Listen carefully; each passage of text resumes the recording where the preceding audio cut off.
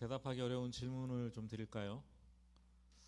여러분의 통장에 잔고가 얼마 있습니까? 대답하기 쉬운데 대답을 안 하시겠죠. 한 은행에서 은행을 이용하는 은행 고객들의 향해서 조사를 했습니다. 그랬더니 사람들의 12%가 하루에 4번씩 자기 통장의 잔고를 확인한다고 합니다. 그리고 50%는 최소한 하루 한 번씩 통장 잔고를 확인한다는 거죠. 그러니까 62%가 매일 몇 번씩 확인을 한다는 거죠. 그리고 25%는 통장 잔고의 10원 단위까지 정확하게 기억하고 있다는 거예요. 여러분 어떻습니까? 여러분은 얼마나 자주 여러분의 통장 잔고를 확인하십니까? 여러분의 통장은 잔고가 얼마나 있는 걸로 여러분 기억하십니까? 그런데 문제는 내 마음의 통장의 잔고는 얼마나 자주 확인하느냐는 거예요. 사랑의 잔고, 믿음의 잔고, 경건의 잔고, 인내의 잔고, 긍휼의 잔고, 겸손의 잔고. 혹시 오래전에 이것들이 다 바닥이 났는데도 모르고 지금 그냥 마이너스 통장을 쓰고 있는지도 모르겠어요. 주위 사람들과의 관계에서 그냥 관계가 깨지는 거죠. 작은 일에도 그냥 분노가 벌컥벌컥 쏟아오르고 내 마음이 나도 모르게 그냥 강팍해져 가고 있어요. 그런데 우리는 아직 괜찮을 거야. 큰 문제죠. 곧 뱅크럽시, 파산을 선고하게 될 것입니다. 여러분, 마음의 통장 잔고가 비었으면 그 마음을 채워야 돼요. 채워야 돼요. 그렇다면 우리가 내 마음의 통장, 내 영혼의 통장의 잔고를 어떻게 채울 수 있는가? 오늘 본문 말씀은 예수님께서 세례를 받으실 때 하나님 아버지로부터 너는 내 사랑하는 아들이다 라는 따뜻한 말 한마디를 듣는 장면입니다. 예수님은 하나님 아버지로부터 아들아 내가 너를 사랑한다, 그 따뜻한 말 한마디를 듣고 힘차게 공생의 사역을 시작해서 완주할 수가 있었습니다. 여러분, 하나님으로부터 사랑을 받으면 마음이 넉넉해져서 다른 사람을 사랑할 수 있어요. 하나님으로부터 위로를 받으면 내 마음이 평안해져서 다른 사람을 위로할 수 있습니다. 하나님으로부터 음성을 들으면 내 믿음이 채워져서 두려워하지 않는 거예요. 하나님으로부터 힘을 얻으면 그냥 거뜬히 몇 개월도 버틸 수, 견뎌낼 수가 있는 거죠. 채워지는 것이 없는데 그 상태로 계속 신앙생활하는 것은 재앙입니다. 재앙. 여러분, 그 상태로 뭔가를 하려고 하면 결과는 뭐 자명합니다. 내 영혼이 그냥 바짝 말라가는 거죠. 그리고 신앙생활을 하는 것이 고통스러워요. 고통스럽습니다. 구원이 내 마음에, 내 영혼의 통장에 어카운트, 계좌를 개설하는 것이라면 신앙생활은 내 마음에, 내 영혼의 통장의 잔고를 계속해서 채워가는 것, 채워가는 거예요. 여러분, 마음 통장에, 영혼 통장에 잔고가 얼마나 됩니까?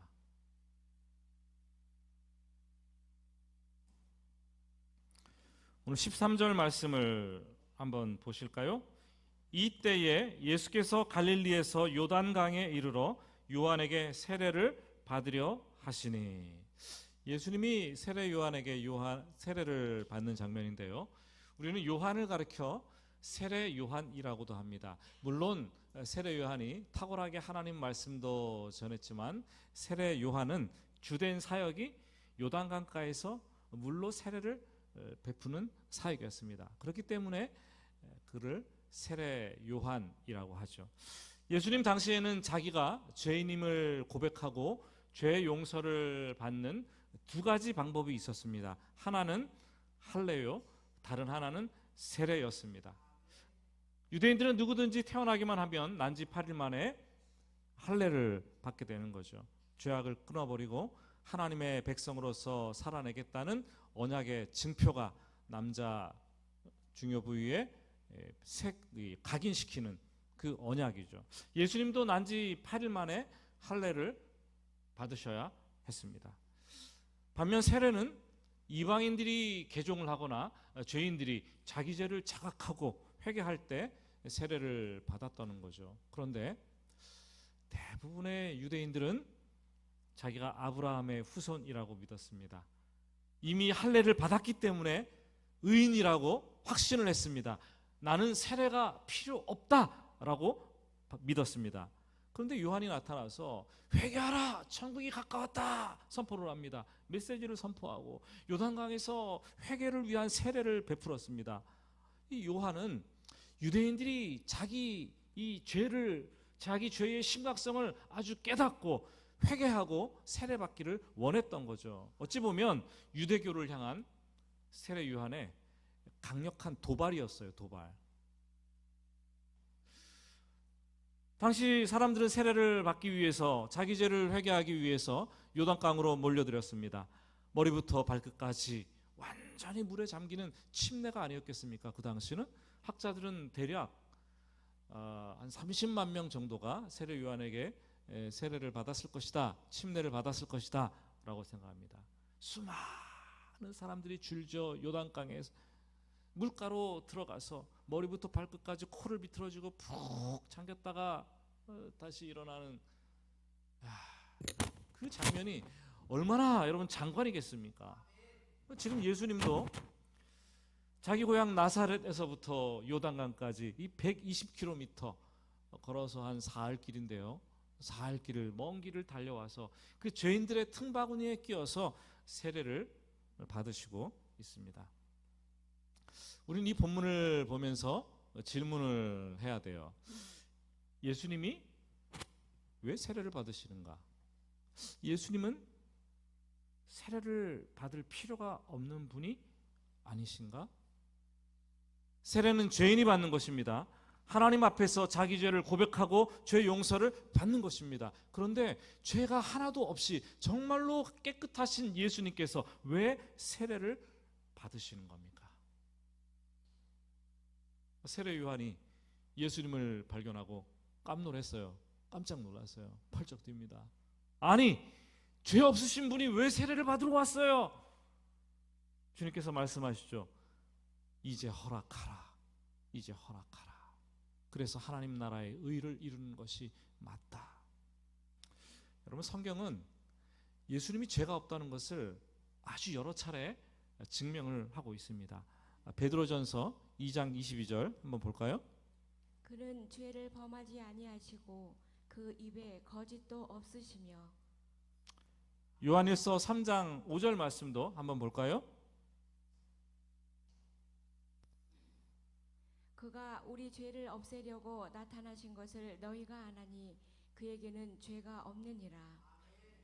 히브리서 4장 15절도 이렇게 얘기하고 있어요. 우리에게 있는 대제사장은 우리의 연약함을 동정하지 못하실 리가 아니요 모든 일에 우리와 똑같이 시험을 받으신 이로되 죄는 없으시니라. 아멘. 여러분, 베드로 사도도 요한도 바울도 한결같이 예수님의 무죄함을 주장하고 있습니다. 예수님은 이 땅에 오신 하나님이에요. 그 거룩하신 하나님께서 어떻게 죄와 동거를 할 수 있겠습니까? 불가능합니다. 하지만 우리 주님께서는 세례를 자청하셨습니다. 까닭은 모든 사람들의 죄 문제를 해결하기 위해서 자신을 죄인들과 동일시 하신 것이죠. 그래서 예수님께서 인간의 몸을 입고 이 땅에 성육신하신 사건은 죄가 없으신 거룩하신 분인데 자기를 부인하고 낮고 천한 죄인의 모습을 하고 이 땅에 오신 것입니다. 그렇다면 공생의 시작은 죄 없으신 예수님이 죄인들을 대신하여 세례를 받으신 사건으로 시작되었고, 공생의 마지막은 죄 없으신 예수님이 죄인들을 대신하여 십자가에 죽는 것으로 마무리를 했습니다. 그분은 거룩하신 신의 성품을 가지고 계셨지만 철저히 자기를 부인해서 죄인들의 대표가 되었어요. 그리고 십자가에 죽으셨다라는 거죠. 한 청년이 직장 취업하기가 얼마나 힘듭니까?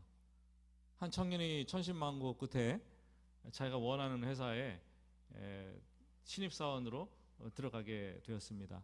근데 기대하고는 좀 다르죠. 항상 기대하고는 달리 직장에 딱 들어갔더니 이 업무가 너무 많은 거예요. 과중한 업무 때문에 시달립니다. 그리고 어느 날 직장 상사로부터 꾸지람이 시작되는데 직장 상사가 그렇게 얘기를 하는 거죠. 좋아하는 것보다 잘하는 것이 중요하지. 이거 좀 어디서 듣지 않았어요? 광고 내용입니다. 광고 내용. 한 번쯤 들으셨을 거예요. 보았을 거예요. 여러분, 세상은 끊임없이 자기를 증명하라고 합니다. 네가 잘하는 거 증명해봐. 네가 하는 거 능력 증명해봐. 증명해야 네가 그 자리에 앉을 수 있고, 그 자리를 유지하기 위해서는 계속해서 네가 증명을 해야 한다라고 얘기합니다. 세상은 끊임없이 네가 어떤 사람인지 어떤 능력을 갖고 있는지 자꾸 증명해 보라고 요구를 합니다. 학생들은 성적으로 증명을 해야 하고, 직장인들은 연봉으로 자기를 증명하려고 하고, 그리고 연예인들은 인기로 자기를 증명해야 하고, 사업가들은 이 재력으로 자기를 증명해야 하고, 인간의 자기 증명은 죽을 때까지 막 계속되는 거예요. 그러다가 자기 증명을 하고 싶은데 이 자기 증명이 안 돼서 잘 안 되니까 빠지는 게 뭡니까? 그게 자기 연민이에요. 내가 이거밖에 안 되는구나. 낙심하고 좌절을 하게 되는 거죠. 세상살이 하면서 우리가 겪는 모든 낙심과 좌절과 이 연민은 내가 증명이 안 돼가지고 스스로 고통스러워하는 것, 그런 것들 아닙니까, 여러분? 심지어 세상과 달라야 될 목사들도 마찬가지예요. 목사들 얼마나 증명하려고 노력하는지 아십니까? 설교 잘하는 것으로 증명하려고 하고, 능력이 나타나는 것으로 증명하려고 하고, 인정받는 것으로 증명을 하려고 하고, 하기로 증명하려고 하고. 목사들 되게 힘든 사람들이에요. 증명하려고 하면요. 교회도 마찬가지죠. 건물의 크기로 증명하려고 하고, 성도 수로 증명하려고 하고, 재정의 사이즈로, 이 볼륨으로 증명하려고 하고, 성도들도 마찬가지입니다. 교회 안에서 자꾸 증명하려고 해요. 지금 내가 세상에서 어떤 사람인데, 왕년에는 내가 이랬는데. 교회 안에 목사든 성도든 자기를 증명하려고 하는 사람들이 많아지면 그 교회는 시끄럽습니다. 그 교회는 은혜가 떨어지는 거예요. 그리스도인은 자기를 부인하는 사람들이에요. 교회는 자기를 증명하는 자리가 아니라 자기를 부인하는 곳이에요. 사실 지금 PR 시대입니다. 자기 PR 시대예요. 홍보 시대입니다. 그래서 가능하면 SNS를 하면서 자기를 조금이라도 더 드러내고 막 극대화시켜서 불려서 세상에 보여줘야지 성공하는 거 아니겠습니까? 여러분, 그래서 여러분 식당에 가면 뭐 합니까? 식당에 가서 왜 다들 그렇게 사진을 찍어대는지 모르겠어요. 예? 왜 밥이 나오면 사진을 찍어내는 거예요? 찍기만 하면 괜찮은데 이걸 또 다 어디에 올려요? 다 올려요. SNS, 블로그 뭐 다 올려댑니다. 왜 올립니까 도대체? 한번 생각해 보셨어요? 이게 단순한 것 같지만 이게 보통 일이 아닙니다. 먼 것 나왔죠? 육신의 정욕. 눈으로 보죠? 보여주려고 하죠? 안목의 정욕. 과시하려고 하죠? 이생의 자랑. 어쩜 이게 딱 들어맞아요, 이렇게? 음식 나왔을 때 사진 찍는 분들 좀 생각 좀 하고 해보세요. 그냥 하지 마시고.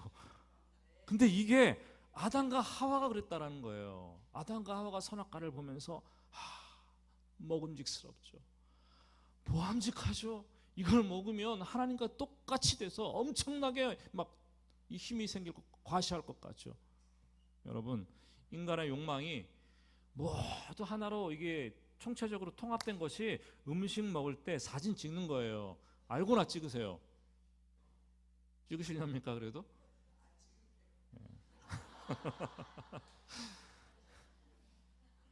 여러분, 어쩌면 이 그리스도인들의 자기 부인은 지금 세상이 향해 가고 있는 이 자기 증명과 정반대의 트렌드의 방향으로 우리가 가고 있는지도 모르겠어요. 뭐 혹자는 그렇게 말할 수도 있죠. 요즘 목사님 나를 내세우고 나를 드러내도 나를 써줄까 말까 한데 나는 못합니다. 나는 아무것도 아닙니다. 나는 능력이 없습니다. 그렇게 말하면 세상에서 나에게 어떤 기회나 주어지겠습니까? 여러분 오해하면 안 됩니다. 무턱대고 나는 못합니다. 나는 아무것도 아닙니다.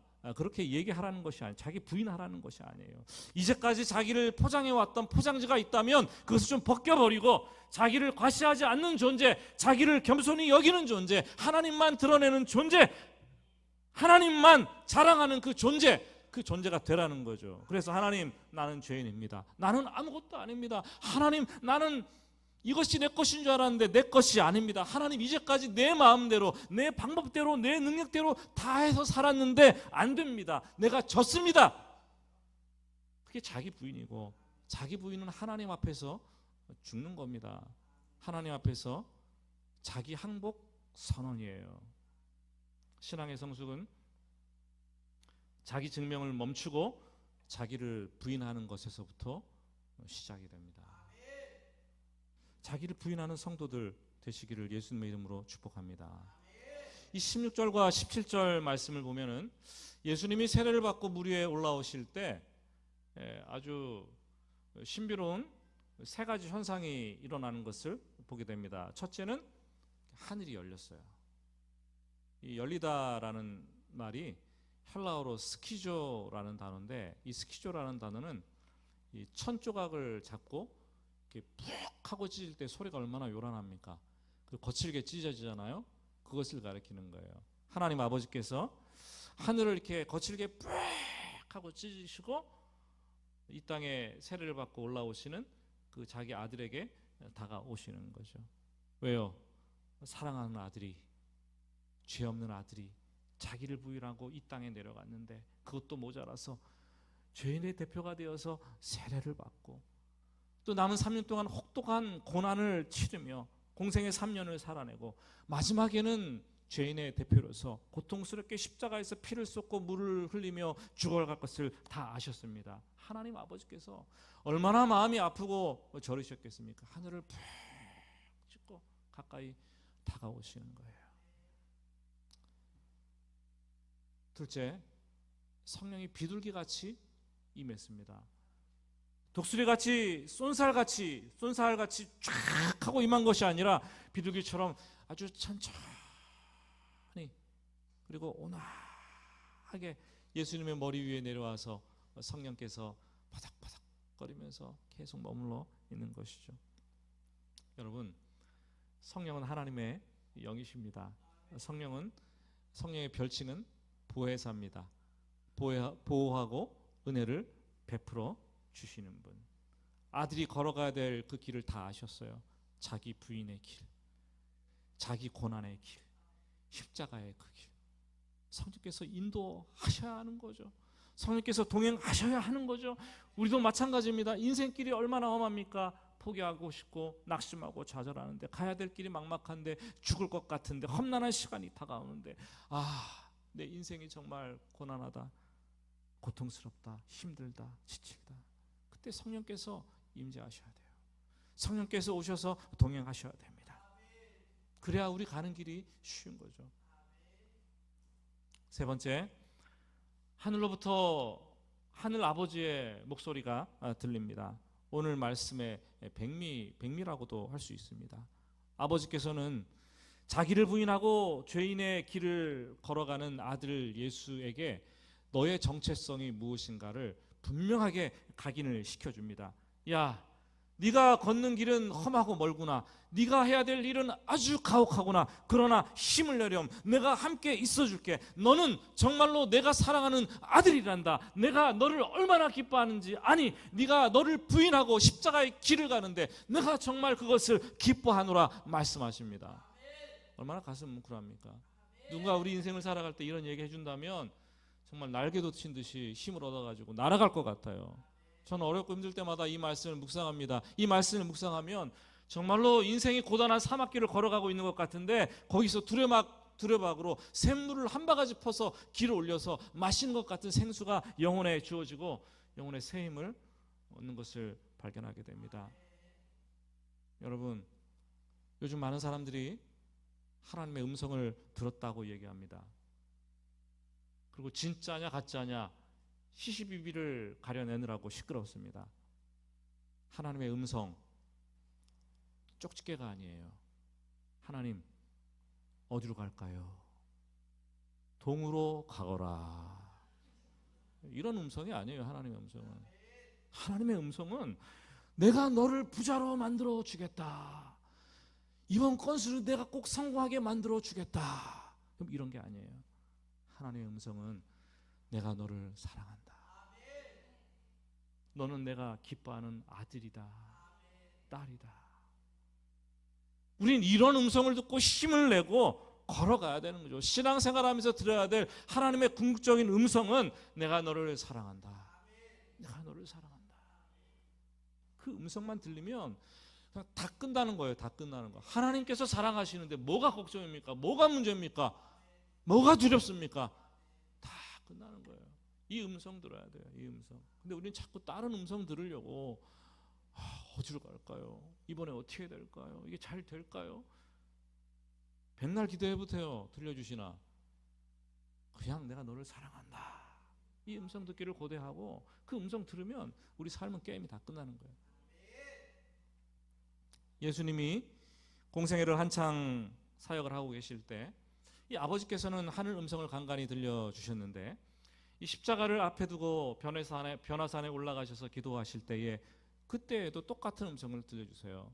너는 내 사랑하는 아들이다. 아버지 되신 여러분들, 자식에게 사랑한다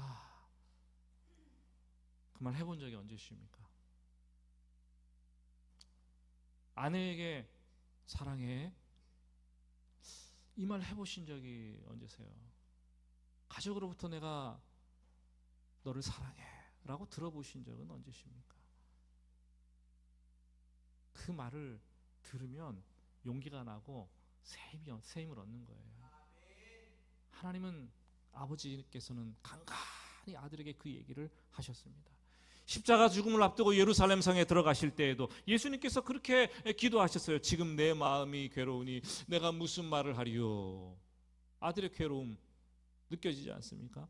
그때 하나님께서 이렇게 얘기합니다. 아들아, 내가 너를 이미 영광스럽게 하였고 또다시 내가 너를 영광스럽게 하리라. 이 하나님의 음성을 들으니까 막 담대함이 넘쳐나는 거죠.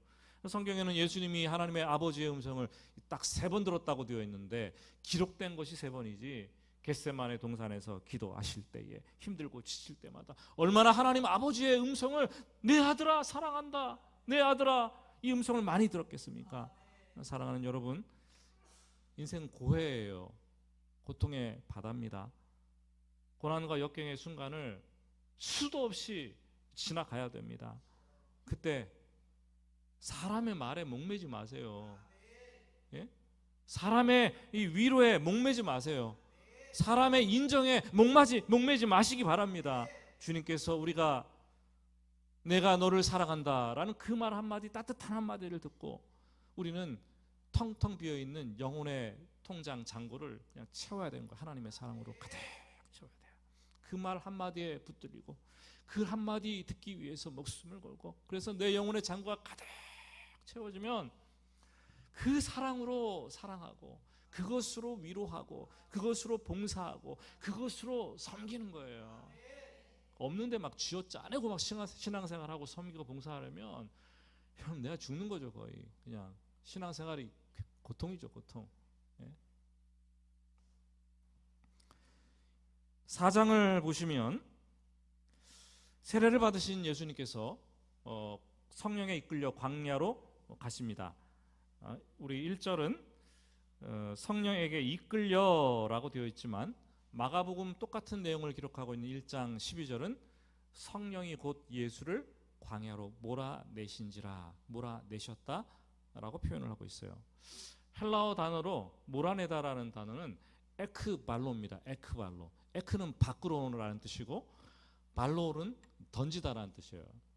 그러니까 성령께서 예수를 광야로 그냥 확 집어 던지신 거예요. 확 그냥 집어 던져 몰아내신 거죠. 이 저항할 수 없는 힘이 예수님을 광야로 내던졌습니다. 광야는 시험받는 곳입니다. 그러나 분명한 것은 성령이 우리를 광야로 내모실 때에는 하나님께서 분명한 목적이 있다라는 거예요. 그리고 선한 목적을 가지고 그 사람을 광야에서 하나님의 사람으로 막 빚어가실 때 광야로 내모십니다. 모세도 그랬죠. 다윗도 그랬죠. 엘리야도 그랬죠. 세례 요한도 그랬죠. 예수님도 말할 필요가 없습니다. 예외가 없습니다. 예수님도 거기에서 40일을 금식한 후에 줄이십니다. 그리고 나서 사탄이 그 틈을 타서 시험을 합니다. 40일 동안 금식하고 줄이신 예수님을 시험하시는데 이리저리 집요하게 막 끌고 다니는 거예요. 그러면서 그 약점을 콕 찍어가지고 그 약점을 자꾸만 터치하면서 괴롭힙니다. 3절 말씀, 야, 네가 하나님의 아들인데 왜 그렇게 하고 있어? 왜 그렇게 굶고 있냐? 40일 동안 배고프잖아. 이 돌멩이 이거 한번 떡 만들어 먹어봐. 네가 하나님의 아들이라며. 한번 증명해봐. 너의 능력을 보여줘. 예수님은 평소에 암송하시던 신명기 8장 3절 말씀, 사람이 떡으로만 살 것이 아니요 하나님의 입으로 나오는 모든 말씀으로 살 것이니라. 이 말씀으로 물리치십니다. 또 시험합니다. 6절, 사탄이 예수님을 성전 꼭대기에 세우고 시험하죠. 당시 예루살렘 성전은 이 꼭대기가 45m에 달했습니다.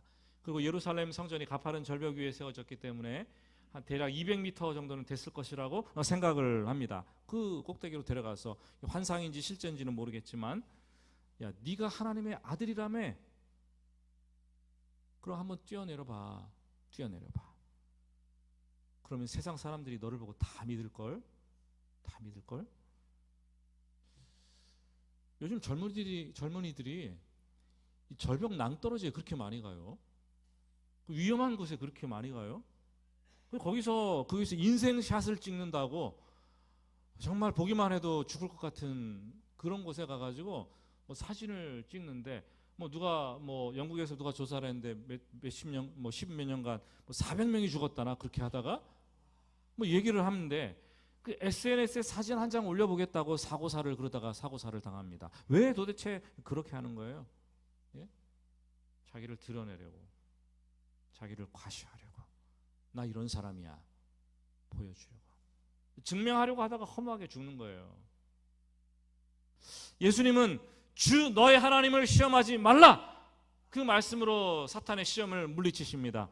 예수님이 이 공생애의 모든 기간 동안 사탄으로부터 집요하게 시험받는 것은 자기를 증명하라는 것이었어요. 자기를 증명하라는 시험이었어요. 우리라고 별다르겠습니까? 교회에서 오늘도 내일도, 삶 속에서 오늘도 내일도 너 증명해. 너를 인정받아. 보여줘봐. 이거 아닙니까 다?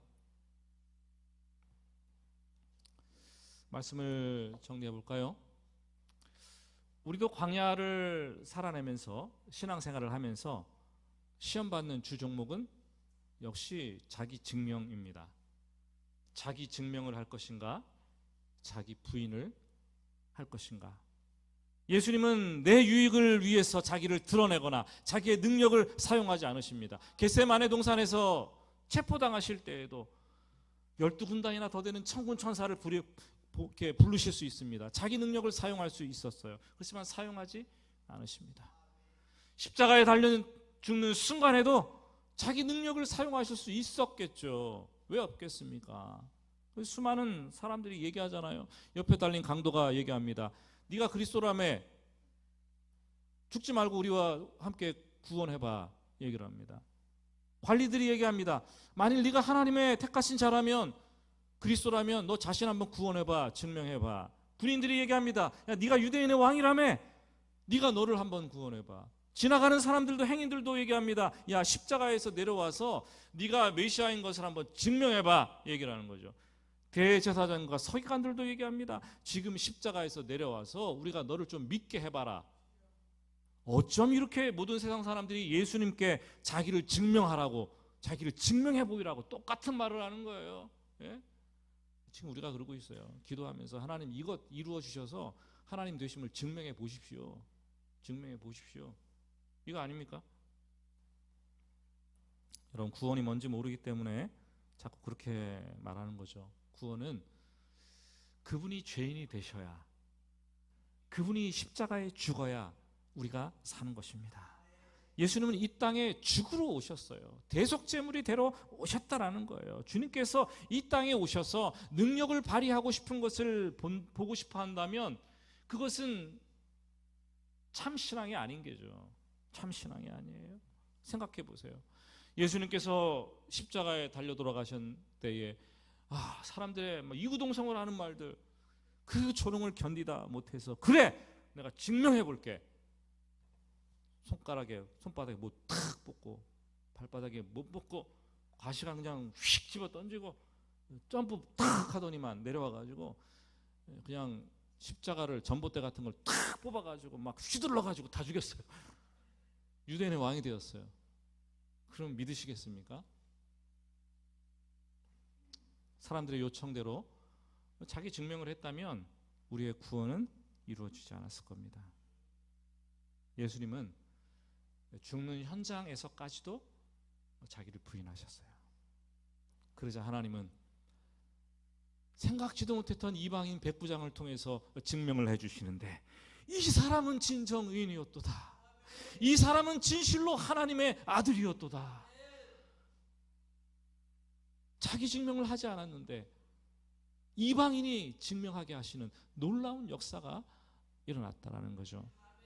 사랑하는 여러분, 주님은 성육신 하시면서, 주님은 광야에서 시험 받으시면서, 십자가에 달려 죽으시면서까지 우리에게 자기 부인이 무엇인가 가르쳐 주시고, 우리가 주님을 따라갈 때 자기를 부인하고 자기 십자가를 따라오라 말씀을 하셨습니다. 여러분, 신자의 삶은 자기 증명이 아니라 자기 부인입니다. 자기 부인. 그리고 자기를 부인하고 그 길을 걸어갈 때에 너는 내 사랑할 아들이다, 딸이다, 내가 너를 기뻐한다, 이런 말씀을 주실 것입니다. 그 말씀을 들으면 우리 영혼의 이 통장 잔고가 가득 채워지면서 그 힘으로 신앙생활을 하게 되는 거예요. 그 힘을 받아 누리게 되시기를 예수님의 이름으로 축복합니다. 우리 같이 기도하겠습니다.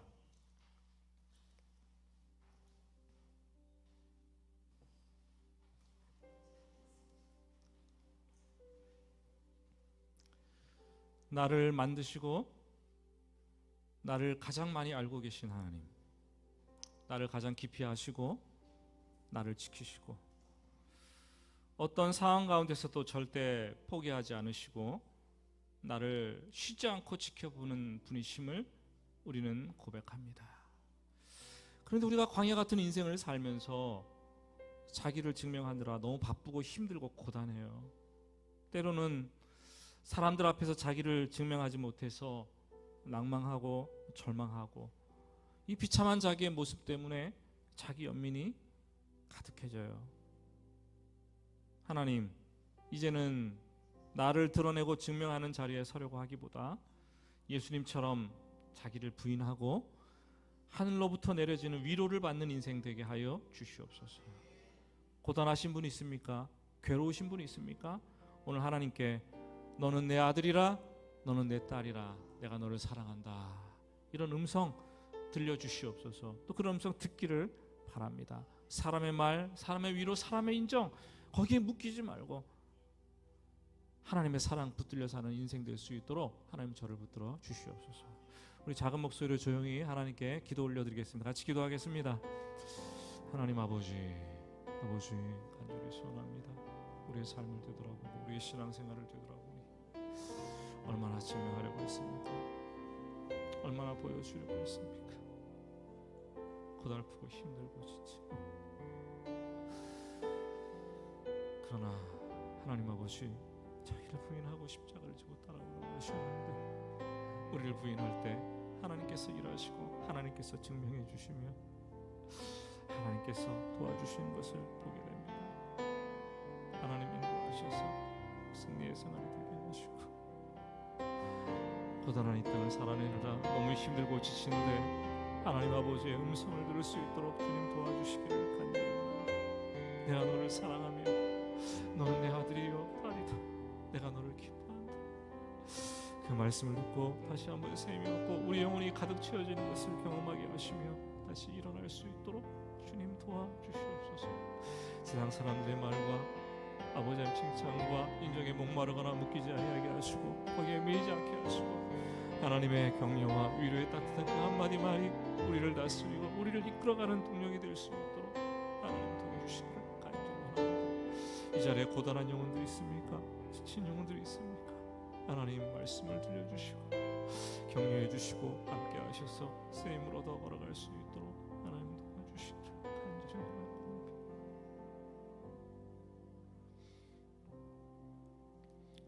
하나님, 오늘 예배드리면서 지치고 고단한 영혼, 연약한 육신을 가지고 살아가는 지체들이 있다면 하나님 오셔서 성령으로 임재하시고 동행하시며 아버지께서 그 영혼에 말씀하여 주시옵소서.